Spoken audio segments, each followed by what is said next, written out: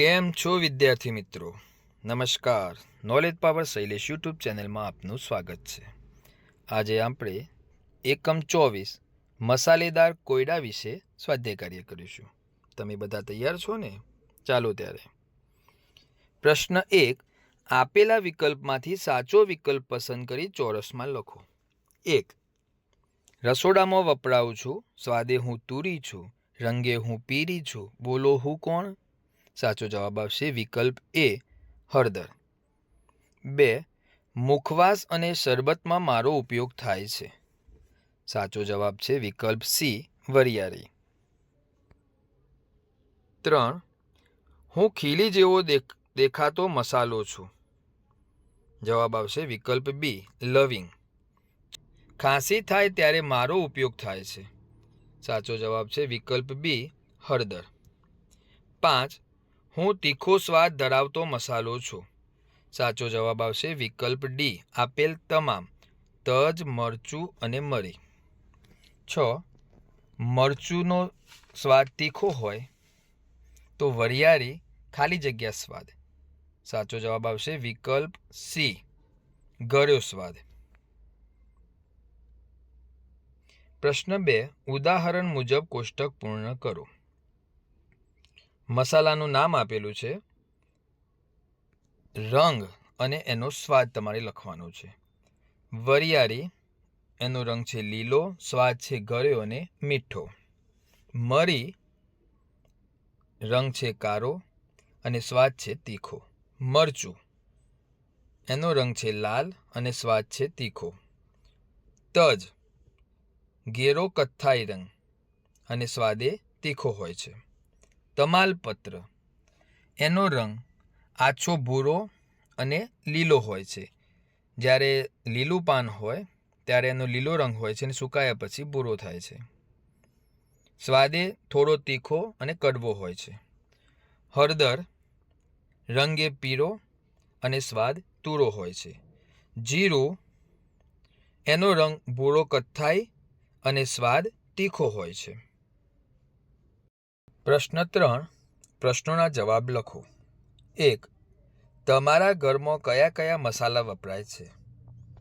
મારા ઘરમાં મરચું, હળદર, ધાણાજીરું, રાઈ, હિંગ, મેથી, લવિંગ, ઇલાયચી વગેરે વપરાય છે. 2. તમારા ઘરમાં શાક બનાવવામાં કયા કયા મસાલા વપરાય છે? મારા ઘરમાં મરચું, હળદર, ધાણાજીરું, રાઈ, હિંગ, મેથી વગેરે વપરાય છે. 3. તીખો સ્વાદ ધરાવતા મસાલાના નામ લખો.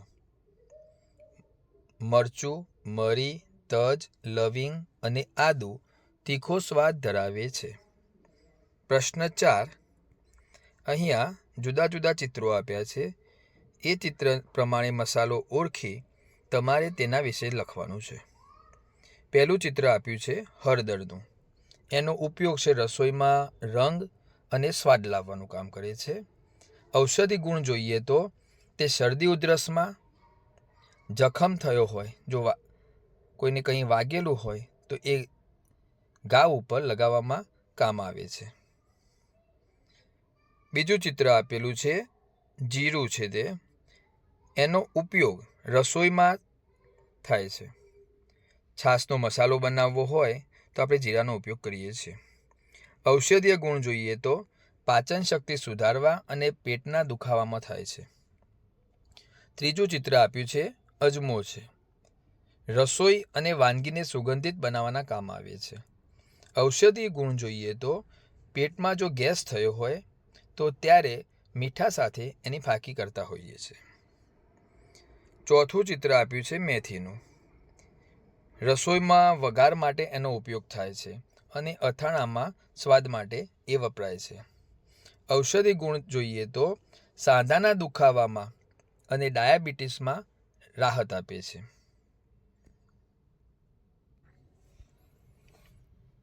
પ્રશ્ન 6. પ્રશ્ન 5 સ્વાધ્યાય પોથીમાં આપેલો નથી, માટે સીધો પ્રશ્ન 6 આપેલો છે. એના વિશે જોઈએ તો ઉદાહરણ મુજબ જોડકણું બનાવો. અહીંયા એક જોડકણું આપેલું છે. તમારે તમારી રીતે બીજા જોડકણા બનાવવાના છે. પહેલું જોડકણું આપેલું છે અહીંયા રસોડામાં હું વપરાવું છું, સ્વાદે હું તીખું છું, રંગે હું લાલ છું, બોલો હું કોણ? તો એનો જવાબ આવશે મરચું. કોઈ એક તેજાનાનું જોડકણું બનાવો. તો વઘારમાં એ તો પહેલાં કૂદે, તેલની સાથે એ તો ઝૂમે, ઝીણું ઝીણું એનું નામ, સુગંધ ફેલાવે આખા ગામ. તો જવાબ આવશે જીરું. 2. ઔષધ તરીકે ઉપયોગમાં વપરાતા તેજાનાનું જોડકણું બનાવો. પીળા રંગના દાણા એના કડવાશમાં છે રાજા જેવા, શરીરના દુખાવાને એ ભગાડે, ભાજી જેવી લીલી લાગે, ગોટા ખાઈને તૃપ્તિ જાગે. જવાબ આવશે મેથી. પ્રશ્ન 7. તીખો સ્વાદ ધરાવતા તેજાના સામે લાલ રંગ અને તીખા સિવાયના અન્ય સ્વાદ ધરાવતા તેજાના સામે વાદળી રંગ ભરો. મરચું જે સ્વાદે તીખું છે માટે લાલ રંગ. હળદર સ્વાદે તુરો રંગ છે માટે તેમાં વાદળી રંગ ભરીશું. વરિયાળી સ્વાદે મીઠો માટે વાદળી રંગ ભરીશું. અજમો સ્વાદે તીખો છે માટે લાલ રંગ ભરીશું.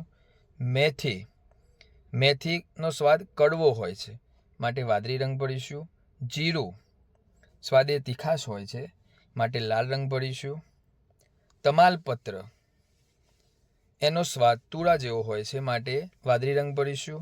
તજ તેનો સ્વાદ તીખો હોય છે, લાલ રંગ ભરીશું.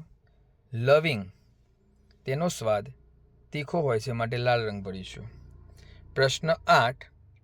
ખોટો શબ્દ છેકી નાખો. 1. તમાલપત્ર સ્વાદે તીખું કે તુરું હોય છે? તો સ્વાદે તુરું હોય માટે તીખું શબ્દ છેકી નાખીશું. જીરું લવિંગ દેખાવે ખીલી જેવું હોય છે, તો જીરું શબ્દ છેકી નાખીશું. 3.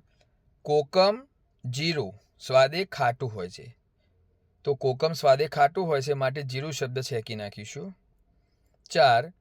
જીરું તજનો પાવડર દહીં છાશમાં વપરાય છે, તજનો પાવડર ના વપરાય, જીરાનો પાવડર વપરાય માટે તજ શબ્દ છેકી નાખીશું.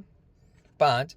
દાંતના દુખાવા વખતે જીરું લવિંગનો ઉપયોગ થાય છે, તો સાચો જવાબ આવશે લવિંગ માટે જીરું શબ્દ છેકી નાખીશું. વિદ્યાર્થી મિત્રો, તમને મારો આ વિડીયો જરૂર પસંદ આવ્યો હશે. વિડીયોને લાઈક આપવાનું, બીજા મિત્રોને શેર કરવાનું અને ચેનલને સબસ્ક્રાઈબ કરવાનું ભૂલતા નહીં. ફરી મળીશું આવા જ નવા વિડીયો સાથે. જય હિન્દ.